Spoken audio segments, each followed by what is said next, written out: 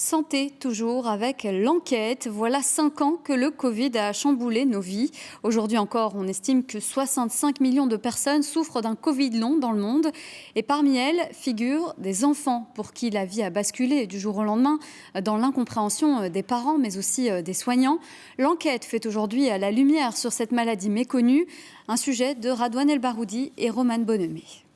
J'aimerais que le Covid long soit connu et qu'on sache qu'il y a beaucoup d'enfants qui souffrent de cette maladie. Une partie des enfants qui contractent le virus du Covid développent des symptômes chroniques qu'on appelle le Covid long pédiatrique. Aujourd'hui, dans l'enquête, on lève le voile sur cette maladie invisible et pour laquelle on a très peu de données sur le nombre de cas, une opacité qui laisse les enfants et leurs parents dans un grand désarroi. Elisa a 13 ans et comme plusieurs enfants atteints du Covid long, elle ne sort plus beaucoup de chez elle. Avant de tomber malade en 2021, elle adorait le piano et elle dévorait des tonnes de livres fantastiques. Aujourd'hui, son quotidien se limite au repos et aux douleurs. J'ai des maux de tête, des nausées, des douleurs musculaires, des douleurs aux oreilles, des vertiges. Ce qui me manque, c'est d'avoir une vie normale.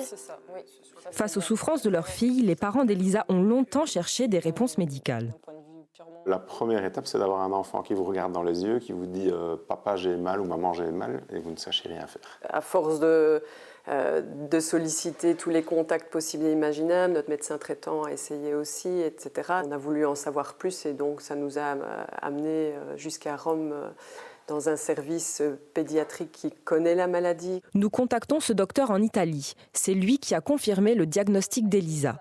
Il est l'un des seuls spécialistes du Covid long chez les enfants dans le monde.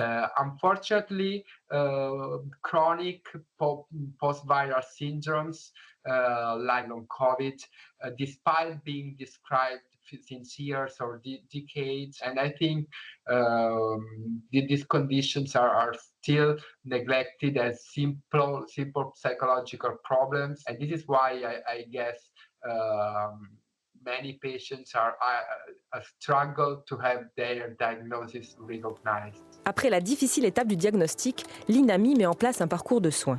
Il permet aux patients d'obtenir un remboursement de plusieurs consultations, notamment chez le kiné ou le neuropsychologue. Sauf qu'aujourd'hui, le nombre de spécialistes qui connaissent le Covid long, a fortiori pédiatrique, se compte sur les doigts d'une main. On va aller voir un médecin généraliste qui connaît cette maladie depuis ses débuts. Bonjour. Et pour lui, ce parcours de soins, il se résume en 2 mots. Totalement inadapté. Vers où vous orientez ces enfants qui ont le Covid long? Vers qui? Chez personne. Chez personne. Il faut une neuropsychologue qui accompagne, une ergothérapeute qui pourrait peut-être faire quelque chose pour réapprendre à l'enfant. Il y a les logopèdes, mais elles ne sont plus remboursées pour ça. Il n'y a pas de traitement, il n'y a pas de médicaments, pas encore. Nous demandons à l'INAMI s'il prévoit d'améliorer la prise en charge des patients et des enfants atteints du Covid long. Voici leur réponse. Nous réunirons prochainement un groupe d'experts afin d'examiner si un trajet de soins peut être développé, à la fois dans la recherche d'un traitement médical optimal fondé autant que possible sur des preuves scientifiques, ainsi que sur la promotion de la qualité de vie du patient et de son intégration sociale et professionnelle. Chez Elisa, la vie continue. Depuis une semaine, elle suit à nouveau l'école grâce à une association. Aujourd'hui, c'est cours d'anglais.